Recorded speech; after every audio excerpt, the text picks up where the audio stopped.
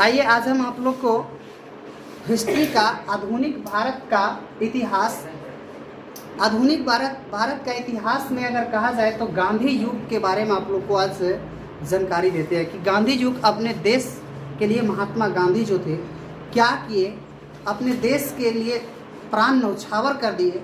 तो हम लोग को जानना बहुत ज़रूरी है कि गांधी जी के कितने आंदोलन जो था अपने देश के प्रति सशक्त आंदोलन था। गांधी जी अपने देश के लिए कितना भूमिका निभाई। तो आइए हम चलते हैं गांधी युग से। तो गांधी युग सबसे पहले हम लोग को जानना चाहिए कि गांधी जी का जन्म कब हुआ। गांधी जी का जन्म कब हुआ? तो गांधी जी का जन्म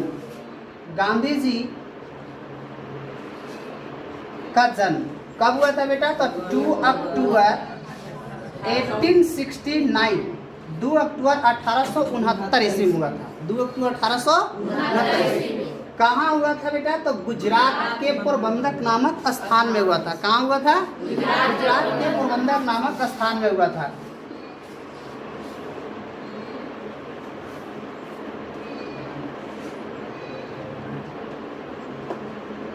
गुजरात के पोरबंदर नामक स्थान में हुआ।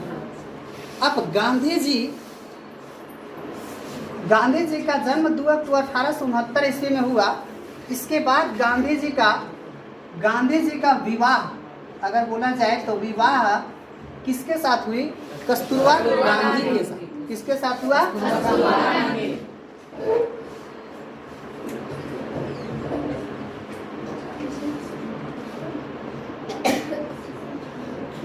कस्तूरबा गांधी के साथ। और गांधी जी के पिता का नाम क्या था? करमचंद गांधी। गांधी जी के माता का नाम क्या था? पुतलीबाई।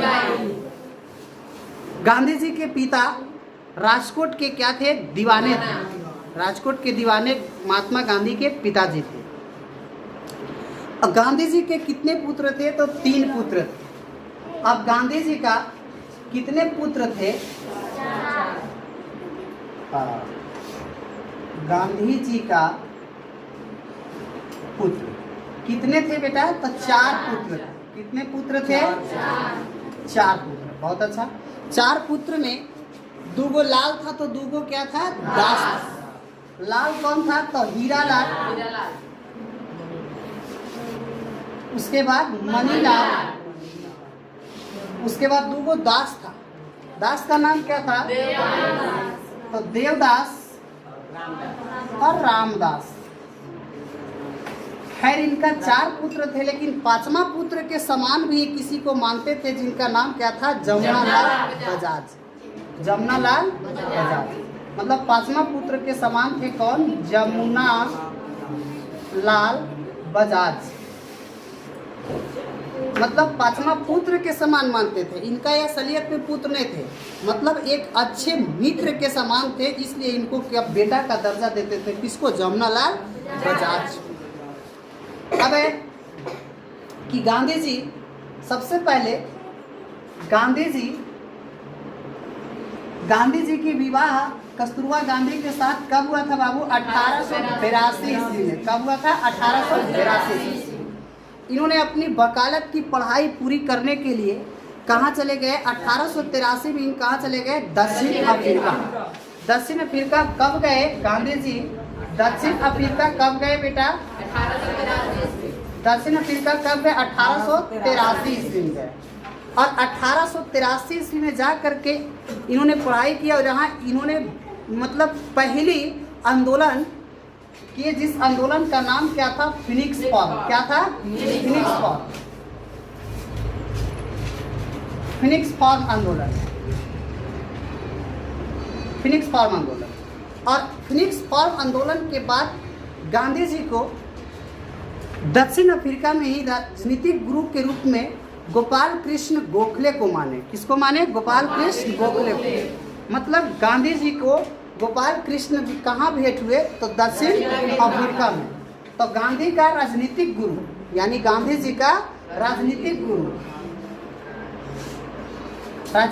गुरु कौन थे बेटा? तो गोपाल कृष्ण गोखले जी थे। कौन थे? गोपाल कृष्ण गोखले जी। और गोपाल कृष्ण गोखले को जब राजनीतिक गुरु माने तो गांधी जी को अच्छे आंदोलनवादी बनने के लिए गोपाल कृष्ण गोखले ने बोले कि अभी आपको और किताब आंदोलन की पढ़नी होगी, जिसके लिए गांधी जी ने 2 किताबें दक्षिण अफ्रीका में अध्ययन किए। जिस बुक का क्या नाम था, जिस किताब का नाम क्या था, दोनों किताब का नाम क्या था? एक रस्किन था, एक कौन बुक था? रस्किन। और दूसरा क्या था बाबू? टॉल्स्टाय नामक पुस्तक। रस्किन से इन्होंने भूख हड़ताल करना सीखे। गांधी जी ने रस्किन से क्या सीखे बेटा? भूख हड़ताल करना सीखे। कौन किताब से? रस्किन से। और आंदोलन करना किससे सीखे? टॉल्स्टाय से। अब गांधी जी का प्रथम आंदोलन, कभी कोई पूछेगा कि महात्मा गांधी का प्रथम आंदोलन कहाँ हुआ था, तो दक्षिण अफ्रीका में। कौन आंदोलन था? Phoenix form. अच्छा, गांधी जी 2 किताब अध्ययन किए थे, तो कहाँ किए थे? दक्षिण अफ्रीका में किए थे। कौन किताब किए थे? तो एक रस्किन किए थे, दूसरा क्या किए थे? रस्किन से क्या करना सीखे थे? भूख हड़ताल। और टॉल्स्टाय से क्या सीखे थे? आंदोलन। गांधी जी आंदोलन करना टॉल्स्टाय से और रस्किन से भूख हड़ताल करना सीखे। इसके बाद गांधी जी वहां से भारत कब लौटते हैं? अब हम लोग भारत की बात करते हैं। कहाँ बात करते हैं? भारत। अब गांधी जी भारत लौटते हैं। कहाँ लौटते हैं? भारत। मतलब भारत लौटे। गांधी जी भारत कब लौटे? 1900 जी 9 जनवरी 1915 ईस्वी। 9 जनवरी 1915। मतलब 9 जनवरी 1915 ईस्वी को गांधी जी भारत लौटे। और जब गांधी जी भारत लौटे तो इनको गोपाल कृष्ण गोखले, इनका गुरु, कह दिए थे कि आप जब भारत जाइएगा तो 1 साल आपको विद्यार्थी जीवन के रूप में बिताना होगा। किसको? महात्मा गांधी को। इन्होंने 1916 ईस्वी में एक साबरमती आश्रम का स्थापना की। किस आश्रम का स्थापना किए? बहुत अच्छा। 1916 ईस्वी में किस आश्रम का स्थापना किया था बेटा? 1916 ईस्वी में साबरमती आश्रम का स्थापना किए। और ये साबरमती आश्रम में दान कौन दिए थे? पैसा दान कौन दिए थे? अम्बालाल साराभाई। कौन दिए थे? अम्बालाल साराभाई। ये पैसा अनुदान कौन दिए थे? अम्बालाल साराभाई। जब अम्बालाल साराभाई, आप लोग भी दान दे दीजिएगा। आप लोग भी, जैसे हम लोग के यहाँ क्या होता है, इर्द गिर्द में बहुत बड़ा जग होता है, सत्यनारायण भगवान का जग, बहुत सारे मतलब कि महाजग होता है। तो जग के लिए लोग चंदा वसूली करते हैं। चंदा वसूलते हैं तो आप भी 10 रुपया 20 रुपया दान में देते हैं। उसी प्रकार से जब साबरमती आश्रम का महात्मा गांधी स्थापना कर रहे थे, अब गए अम्बालाल साराभाई के पास, बोले लीजिए मैं साबरमती आश्रम का चंदा मैं देता हूँ, आप साबरमती आश्रम को स्थापना कीजिए। गांधी जी ने साबरमती आश्रम को स्थापना कर दी। साबरमती आश्रम की स्थापना कब किए गांधी जी? 1916। और 1917 ईस्वी में बहुत सुनहरी की बात है, 1917 ईस्वी में गांधी जी चंपारण सत्याग्रह में भाग लिए। कौन सत्याग्रह बेटा? चंपारण सत्याग्रह में गांधी जी भाग लिए। कब? 1916 ईस्वी में। बहुत अच्छा, 1916 ईस्वी। ये चंपारण सत्याग्रह क्या होता है बेटा? ये हम लोग को जानना है। ये चंपारण सत्याग्रह किसानों के ऊपर बहुत बड़ा अत्याचार हो रहा था। किसके, कौन कर रहे थे अत्याचार? तो अंग्रेज कर रहे थे। कौन कर रहे थे? अंग्रेज क्या करते थे? अंग्रेज हम भारतीयों के ऊपर, भारतीय किसान के ऊपर क्या करते थे कि 20 कट्ठा में हर 3 कट्ठा नील की खेती बोया जाता था। किसकी खेती बोई जाती थी? नील की खेती। और जिस भूमि में नील की खेती हो जाती थी उस भूमि में दोबारा पैदा उपज नहीं होता था। तो सोचिए कि आम गरीब के लिए कितना बड़ा नुकसान वाली चीज था। मतलब अगर जिस गरीब का 20 कट्ठा खेत रहे और हर 20 कट्ठा में हर साल 3 कट्ठा नील की खेती हो जाए, क्या उसके पास फिर कल होकर के खाने पीने का सामग्री बचेगी? क्या खाएगा? खा पाएगा? बाल बच्चा का जीवन यापन कर पाएंगे? नहीं कर पाएंगे। इसलिए उन अंग्रेज को अत्याचार को देख करके गांधी जी को रहा नहीं गया और ये किसान के ऊपर जो 3 कठिया पद्धति, जो इसको कहा जाता है 3 कठिया पद्धति, मतलब प्रत्येक 20 कट्ठा में 3 कट्ठा नील की खेती जो बोया जाता था, इसको महात्मा गांधी क्या कर दिए, समाप्त कर दिए। मतलब महात्मा गांधी ने 3 कठिया पद्धति को क्या किए, समाप्त किए। मतलब चंपारण सत्याग्रह में क्या हो गए, सफल हो। कौन? महात्मा गांधी। जब चंपारण सत्याग्रह, ये नील की खेती, अब क्या है, मतलब जब जिस खेत में नील की खेती होती थी वो खेती क्या हो जाता था, बंजर हो जाता था। क्या होता था बेटा, बंजर। आप लोग को ये नहीं समझ में आ रहा होगा कि बंजर भूमि क्या है?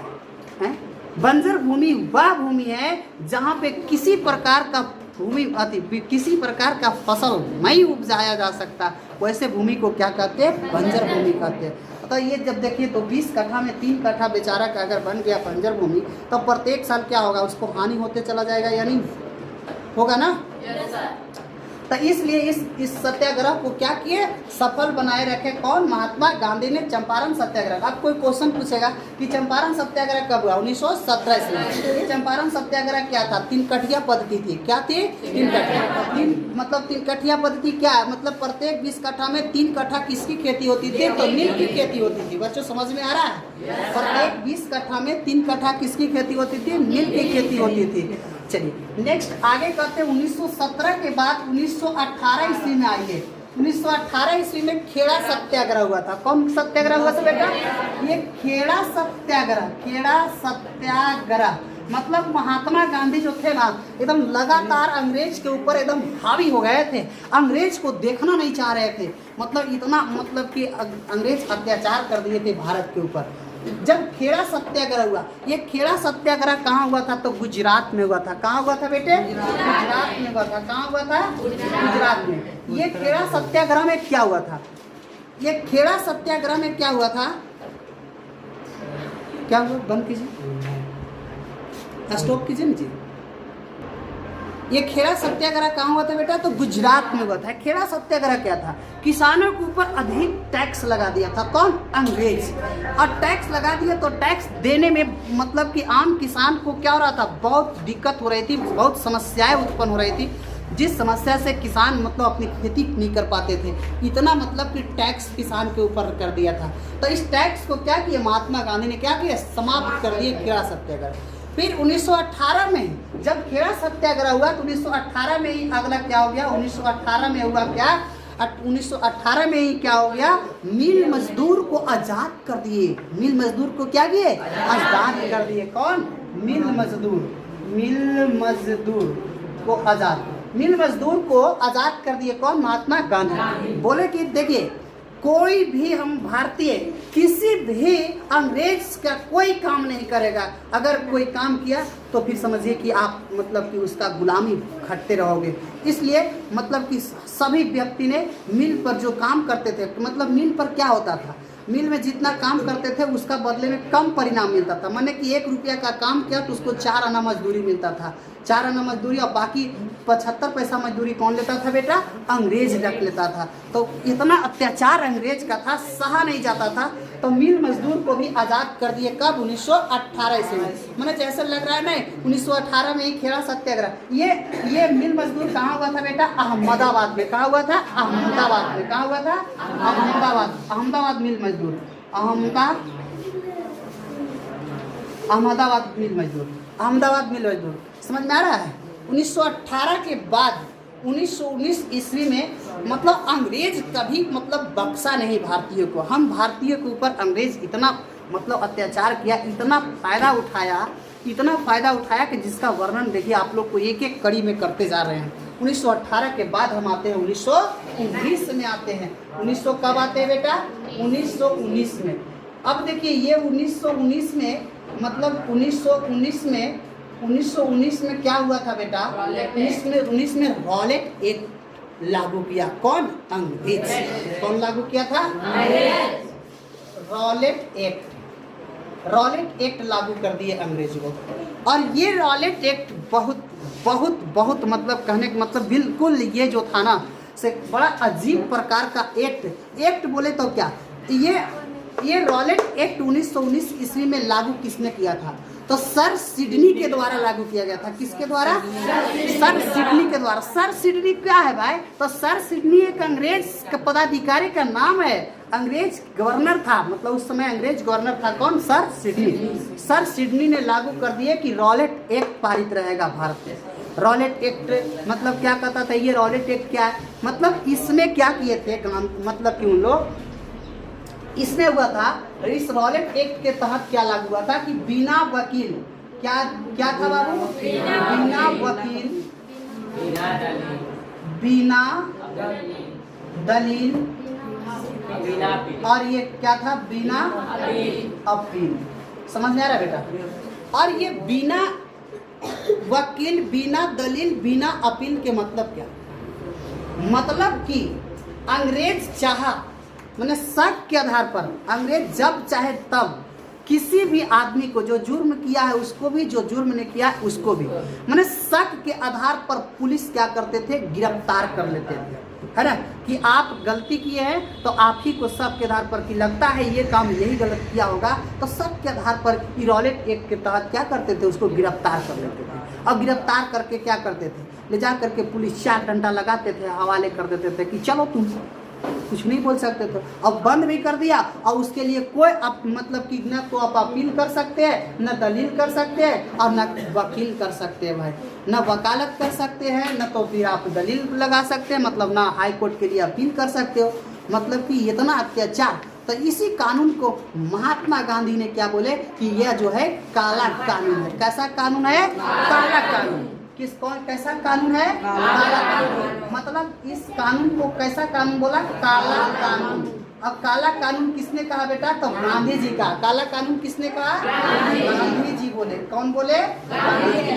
अच्छा, गांधी जी। काला कानून मतलब अंधा कानून। तो आप लोग को कोई पूछेगा कि काला कानून किसे कहा जाता है? तो रॉलेट एक्ट को कहा जाता है। कह देगा कि बिना वकील, बिना दलील, बिना अपील किसे कहा जाता है भैया? तो रॉलेट एक्ट। रॉलेट एक्ट कब हुआ था बेटा? 1919 में। और इसी रॉलेट एक्ट की बात अगर बताई जाए, इस रॉलेट एक्ट में जानते हो कि मतलब पंजाब के 2 व्यक्ति, जिसका नाम था सैफुद्दीन किचलू और एक सत्यपाल जी, सैफुद्दीन किचलू और सत्यपाल जी को क्या कर लिए थे? गिरफ्तार कर लिए थे शक के आधार पर।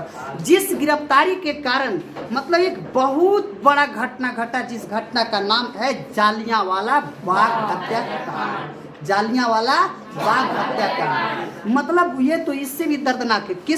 किस जुर्म में हुआ था जालियांवाला बाग हत्याकांड? तो यही रॉलेट एक्ट को, जब रॉलेट एक्ट में मतलब कि 2 व्यक्ति को बिना जुर्म के मतलब गिरफ्तारी कर लिए थे। पंजाब के उन लोग थे जिनका नाम क्या था? सैफुद्दीन किचलू और सत्यपाल जी। इन दोनों के गिरफ्तारी के कारण एकदम ठीक 1919 ईस्वी में मतलब 13 अप्रैल, ये मार्च की घटना है और ये अप्रैल का घटना है। ये कितने मार्च की घटना है जी? 19 मार्च का है। कितना मार्च का है? मतलब 19 मार्च 1919 ईस्वी की घटना है। और ये वाला कितना दिन का घटना है? 13 अप्रैल 1919 ईस्वी की बात है। 13 अप्रैल 1919 ईस्वी में कौन घटना घटा था बेटा? जालियांवाला बाग हत्याकांड। ये जालियांवाला बाग हत्याकांड क्या था? थोड़ा स्टॉप कीजिएगा बच्चा। तो काला कानून कहने के बाद महात्मा, इस घटना के बाद फिर आता है रॉलेट एक्ट के बाद 13 अप्रैल 1919 ईस्वी को जालियांवाला बाग हत्याकांड होता है। ये जालियांवाला बाग हत्याकांड क्या है? सबसे पहले इसको हम लोग को जाना। ये बैसाख के दिन था। बैसाख के दिन में ये जालियांवाला बाग अमृतसर पंजाब में है। बहुत शांतिपूर्व ये चल रहा था। ये शांतिपूर्ण सभाएं चल रही थी, जिस समय अगर कहा जाए तो भारत का गवर्नर जनरल कौन था?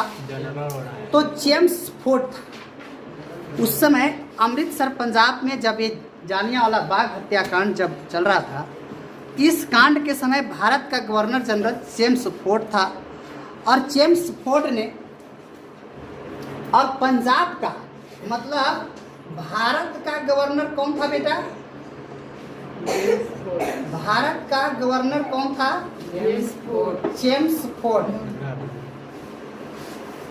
चेम्सफोर्ड। लेकिन पंजाब का गवर्नर जनरल कौन था? जनरल बनाया।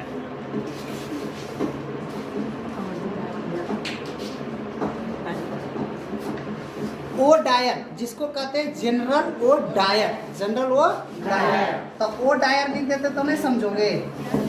ओ डायर, तो ओ डायर थे। ये सभा बिल्कुल शांतिपूर्ण चल रही थी।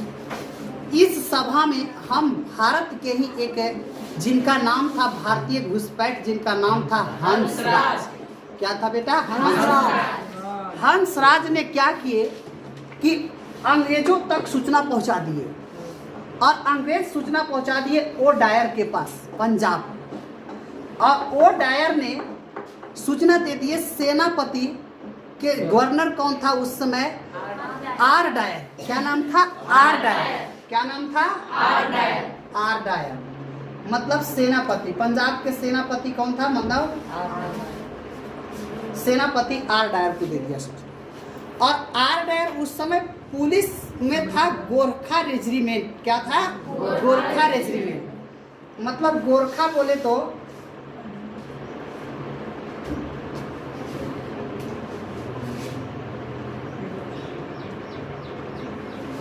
रेजिमेंट। और आर डायर ने सीधा पुलिस को मतलब कि जा करके अमृतसर पंजाब में जो बाग था, जिसमें एक ही रास्ता थी आने और जाने का, अन्य निहत्थे जा करके गोलियां चलवा दी। कौन? जनरल ओ डायर, जिससे लगभग 1600 से अधिक व्यक्ति मारे गए थे। कितना व्यक्ति मारे गए थे? 1600 से अधिक। लेकिन इसके लिए अंग्रेज ने एक जांच कमेटी गठन किया था, जिस जांच कमेटी का नाम क्या था?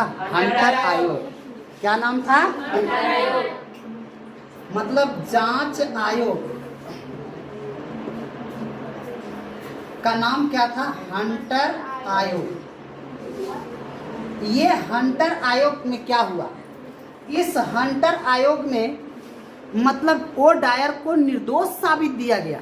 मतलब ओ डायर मतलब जल्दबाजी कदम लिया, जिसका क्या है मतलब कोई गलती नहीं है, मतलब निर्दोष साबित कर दिए। किसको? O Dyer.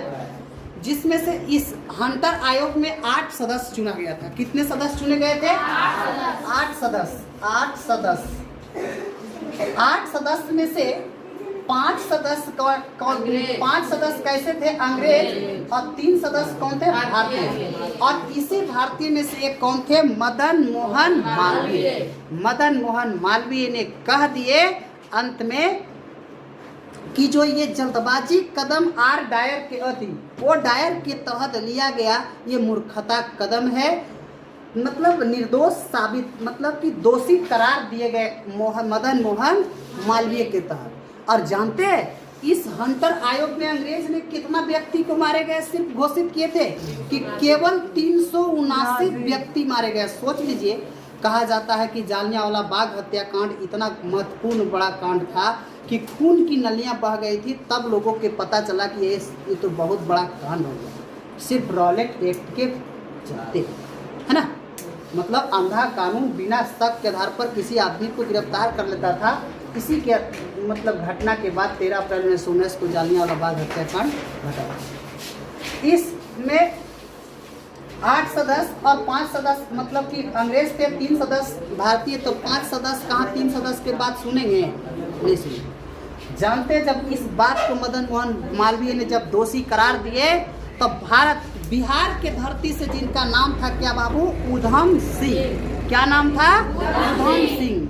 बिहार के धरती के थे उधम सिंह। और उधम सिंह ने बिना सोचे समझे बोले कि जब तक हम मतलब कि मेरी आखिरी सांस होगा कि जब तक हम ओ डायर को गोली नहीं मारकर हत्या करेंगे, तब तक मैं अपना सांस सही से नहीं ले पाएंगे। मतलब उनके लिए बेचैन हो गया।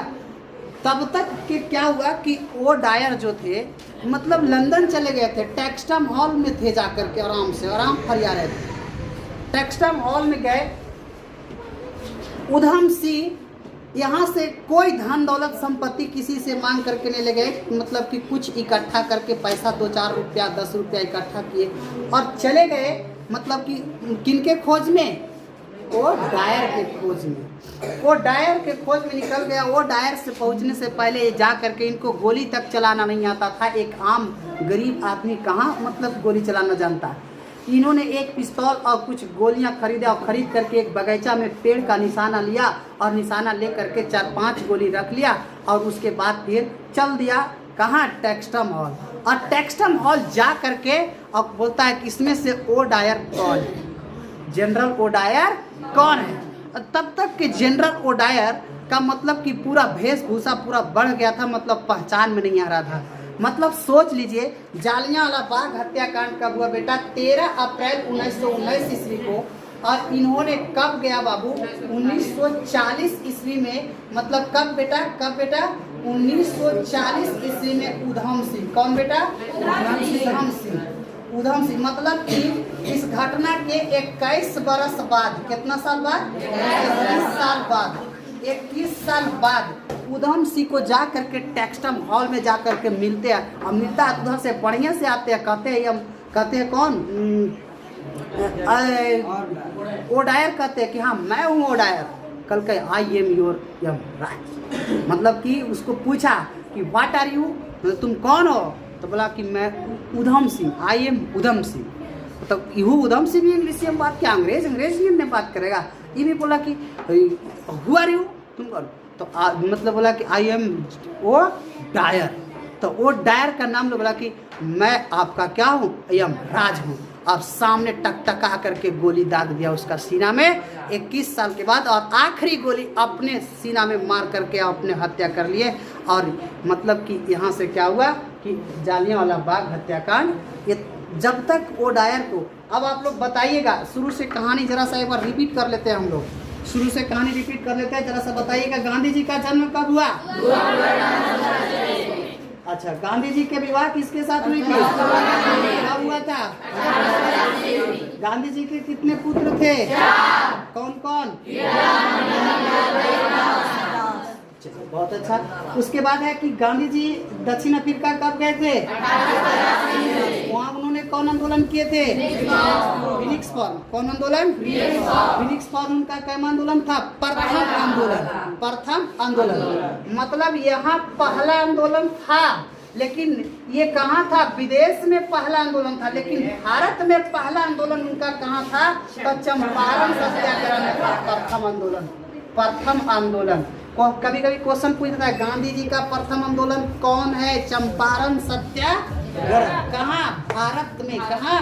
भारत में। चलिए, तो आप लोग बताइएगा, फिर आप लोग बताइएगा कि साबरमती आश्रम का स्थापना कब हुआ? उसमें दान कौन दिए थे? 1917 में क्या हुआ? चंपारण सत्याग्रह में कौन को किसकी खेती होती थी? नील की खेती। कितना में कितना होता था? 20 कट्ठा में 3 कट्ठा। उसके बाद खेड़ा सत्याग्रह कब हुआ? 1918 ईस्वी में खेड़ा सत्याग्रह कहाँ हुआ था? उसके बाद मिल मजदूर कहाँ हुआ था? अहमदाबाद, 1918 ईस्वी में। फिर 1919 ईस्वी में क्या हुआ? Rowlatt act. और रॉलेट एक्ट में क्या हुआ? मतलब बिना इसलिए गांधी जी कौन कानून बोले? काला कानून। 13 अप्रैल 1919 ईस्वी को क्या हुआ? जालियांवाला बाग हत्या। जालियांवाला बाग हत्याकांड में बताइएगा कि कितना व्यक्ति मारे गए थे? लगभग 16। कितने व्यक्ति को दोषी करार दिए गए थे? 379 व्यक्ति। 379 व्यक्ति। उसके बाद बताइएगा पंजाब का गवर्नर जनरल कौन था उस समय? वो डायर। लेकिन भारत का गवर्नर जनरल कौन था? कौन था? चेम्सफोर्ड। कौन था? चेम्सफोर्ड। उसके बाद बताइएगा पुलिस ने गोरखा रेजिमेंट मतलब क्या किए? अन्य निहत्थे लोगों पर क्या किए? गोलियां बरसा दी। मतलब फिर वो कौन कमेटी अपनाया गया था? जांच कमेटी में। जांच आयोग में कौन आयोग था? हंटर आयोग में कितने सदस्य थे? 8 सदस्य। 8 सदस्य में 5 कौन थे? 3 कौन थे? उसके बाद बताइएगा कि पिता मतलब भारत के घुसपैठ कौन था? हंसराज। कौन था? उसके बाद बताइएगा कि उधम सिंह कहाँ के थे? बिहार के जनरल वो डायर का गोली कौन मारा? कितने साल बाद मारे? कितने साल बाद? 21 साल बाद। कितना वर्ष में मारे? 1940 ईस्वी में। 1940 ईस्वी।